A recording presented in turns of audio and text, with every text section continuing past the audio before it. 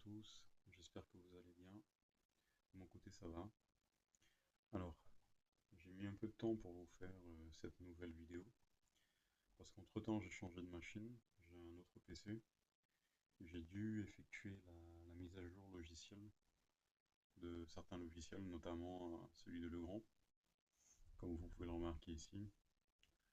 C'est la version 2020. Donc, j'ai dû prendre en considération certaines choses qui ont changé, et d'autres non en fait. Donc aujourd'hui, je voudrais vous montrer comment on peut faire avec XL Pro 3 pour faire des schémas de commande en fait. Parce que la dernière fois, nous avons vu comment créer des schémas tout simples, style premier folio ici, donc page 1. Mais vous pouvez aussi faire des schémas de commande, style ce qui est représenté ici. Alors je vais vous montrer comment je l'ai fait. Alors sur mon schéma aujourd'hui, page numéro 1, j'ai une protection MN que j'ai représenté ici. Et j'ai aussi un interhoraire que je vais mettre sur mon folio 2 ou mon folio 3, je vais voir. Donc, alors juste pour vous rappeler un peu la différence entre la bobine MN et la bobine MX. Une MX, quand vous allez agir dessus, elle va ouvrir votre circuit de tête. Par exemple, si j'avais utilisé ici une bobine MX, le contact aurait été ouvert. Et quand j'aurais appuyé dessus, ça aurait agi sur ma bobine ici, qui aurait fait tomber mon disjoncteur D1. Donc il aurait ouvert ce circuit-là. D'accord. Là, en l'occurrence, c'est le contraire, c'est une bobine MN, comme c'est écrit ici. Ce qu'on appelle une bobine à manque de courant. Donc quand j'appuie ici, il n'y aura plus de courant, ça sera plus alimenté, ça va agir pour pouvoir ouvrir le circuit en question. Bref, c'est pas le but de la vidéo, mais de vous montrer comment je l'ai réalisé. Alors, ici on va insérer un nouveau folio. Donc vous allez faire un clic droit ici, et vous pouvez ajouter soit une page de puissance ou commande. En l'occurrence, nous, c'est de la commande qu'on veut rajouter. Voilà. Vous avez la page 3 qui a été créée ici. Ok. Donc, quand vous arrivez, vous n'aurez pas ces deux lignes de dessinée. C'est moi qui les ai mis tout à l'heure. Donc, je vais les supprimer et je vais les créer du début. Alors, quand vous venez ici, vous avez ces options ici. Alors, vous pouvez câbler, vous pouvez dessiner des flèches et des traits, dessiner des rectangles, ou dessiner des cercles et des ellipses. Alors, à savoir que vous allez en premier lieu venir ouvrir ici. Parce que quand vous allez aller dans nomenclature, dans le choix de vos équipements, quand vous allez prendre des équipements que vous allez devoir représenter sur un folio de commande, ils seront représentés ici au fait. Donc après vous aurez juste à les glisser. Donc là en l'occurrence ce que je vais faire, c'est l'interhoraire que je devais représenter. Ok. Donc je vais aller dans nomenclature, je vais aller chercher un interhoraire. Alors.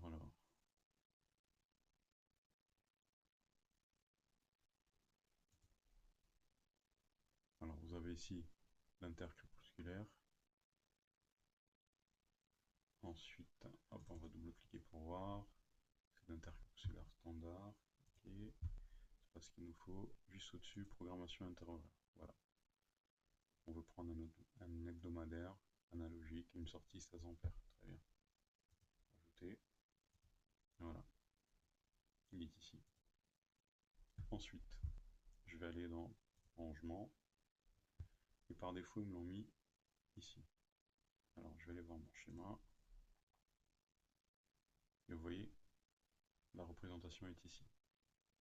Donc, ensuite, on va venir dans dessin et câblage. Ici, je vais représenter en cliquant et en maintenant, je ne lâche pas la souris.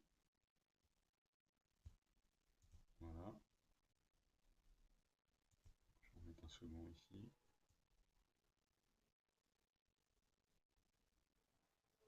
Voilà. Ensuite, quand j'ai besoin d'écrire, je viens dans texte. J'ai ici création.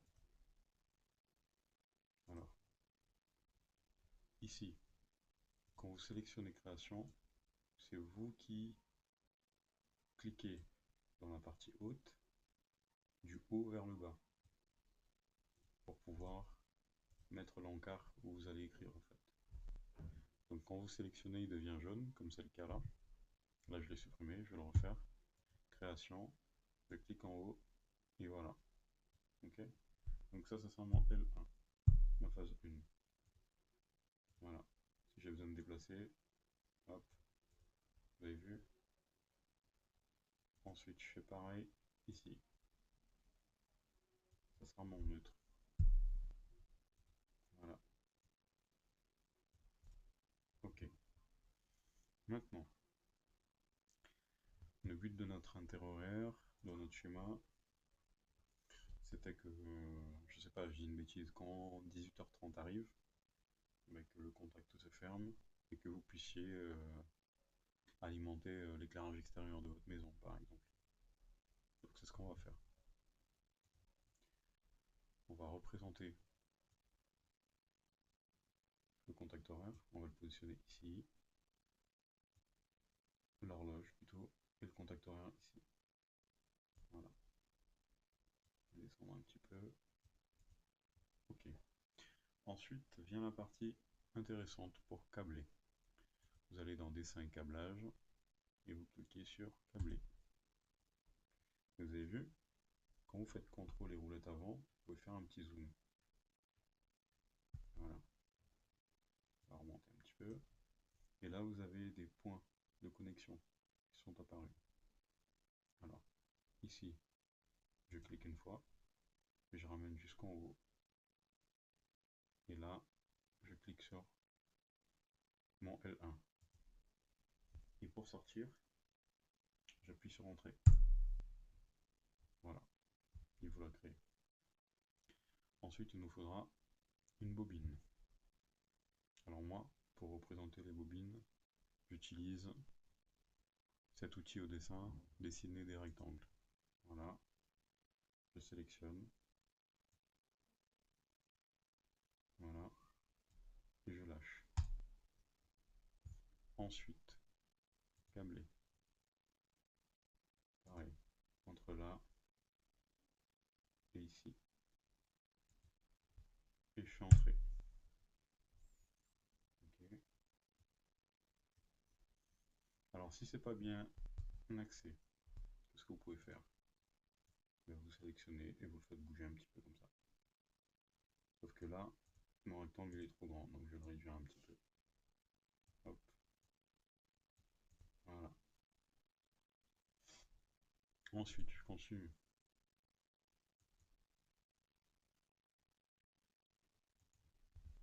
Entrée. Là, il m'a représenté ma bobine. Ok. Donc, quand l'horaire va arriver, le contact va se fermer. Alors ici, vous pouvez, normalement, c'est des pointillés qu'on met. Ici. Entre là et là. Alors, est-ce que je peux sélectionner des pointillés? Apparemment, oui. Voilà. Tac. Là, vous avez représenté votre interhoraire. Ok. Alors ici, si vous avez besoin d'écrire quelque chose, vous venez dans texte, pareil, sélection. Ici, vous pouvez mettre un texte. Voilà. C'est le cas ici. Voilà. Je voulais voir, l'interhoraire, il sera protégé par D7. Ok, je retourne là. Je peux écrire à l'intérieur, je double-clique. D7. Si vous voulez rapprocher, vous cliquez et vous faites glisser. Voilà. Et là, vous avez fait un petit schéma de commande. Alors, je vais revenir dans mon folio numéro 2. Je vais essayer de vous faire une MX cette fois, et non une bobine MN. Alors, on va dans la nomenclature, et on va chercher les auxiliaires de commande. Alors, bouton arrêt d'urgence, il est ici. On peut prendre, voyons voir, le bouton à impulsion. Voilà, affleurant, blanc, très bien, composable. Ajouter, fermer, voilà, il est venu dans ma nomenclature. Je retourne dans rangement, ils l'ont positionné ici, pas de problème. Je vais dans mon schéma, vous avez vu, j'ai la représentation ici. Alors, je peux très bien sélectionner, donc de gauche vers la droite, en maintenant la souris, et je supprime. Hop. Je peux récupérer ici ces deux éléments et les faire glisser ici. Voilà. Ensuite, je vais faire câbler. Alors, par contre, il y a un léger décalage, donc je vais le faire glisser. Voilà. J'ai pas l'impression qu'il a trop envie de bouger.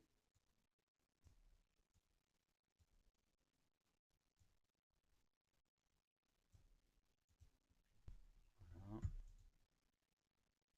On clique ici, on ramène ici, on fait entrer. Ensuite, on clique ici et on ramène ici. Hop. Et on fait entrer. Ensuite, on va mieux positionner tout ça.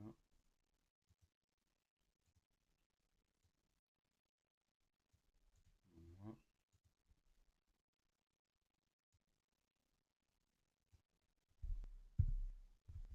On va le recréer.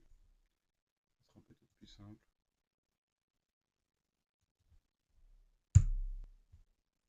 Voilà. Et vous avez vu, quand vous faites échappe, il y a tous les points de connexion qui disparaissent. Voilà. Donc là, vous avez représenté votre commande. Alors, ça vient depuis le folio 1, départ 5, depuis folio 1, départ numéro 5. Est-ce que c'est le... Non, c'est pas le départ numéro 5, c'est le départ numéro 6. Donc on peut retourner, vous remontez ici, vous faites un double clic, et là vous pouvez modifier les 6. Voilà. Ensuite, si je vais ici, j'ai mon interrogateur. Ok, j'espère que vous avez apprécié cette démo de 2 schémas de commande que l'on peut faire avec le logiciel XL Pro. Voilà, je vous remercie d'avoir écouté, d'avoir regardé. Si vous avez aimé la vidéo, vous pouvez liker. Je rappelle juste qu'il y avait un abonné qui m'avait posé la question comment on faisait pour mettre justement un voyant présence tension. Voilà, il est là.